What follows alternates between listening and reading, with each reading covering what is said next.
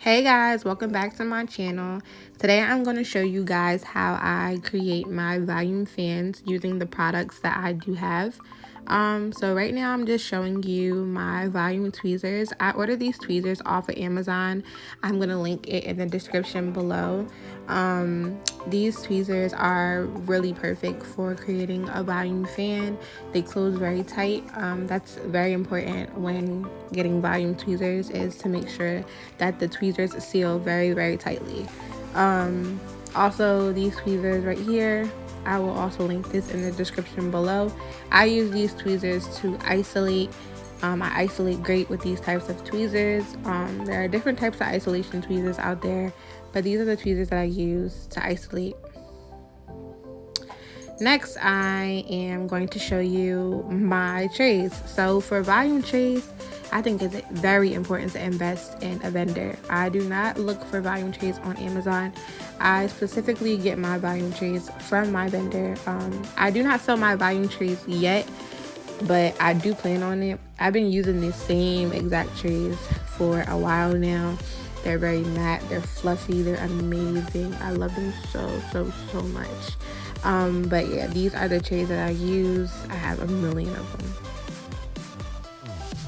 Now I'm just showing you more in depth of my trays.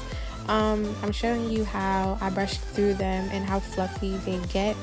This is like my favorite part when starting my sets, is brush out the strips. It's such a pretty look.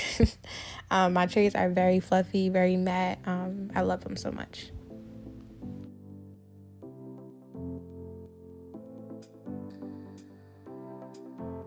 So now on to the good stuff. On one side I have my glue pad that I'm going to use to practice on with my trays. So what I just did just now is what I call the pickup. The pickup to me is very important, and this is why I stress having good sets of tweezers, making sure that my tweezers clasp really tight. What I'm doing right there is the pinch method. So that is the method that I use to make my volume fans. That's really like what I do, is just the pinch method. I don't do any flaring. As I go with my sets, I pinch. I don't make any pre-made fans. So as you can see, that is my fan. I also make sure to make the base of my fan more long and very skinny, so that it can attach to my client's natural lashes and make that my retention great, and also make sure that my client's natural lashes stay healthy.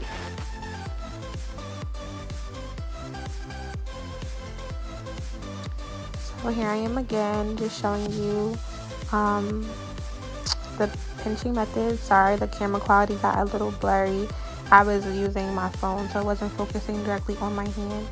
But this fan that I made is a little bit more narrow, so I showed you a narrow fan that I'll make next to the wide fan, which is the first one that I made. So my wide fans I would use more for a mega set.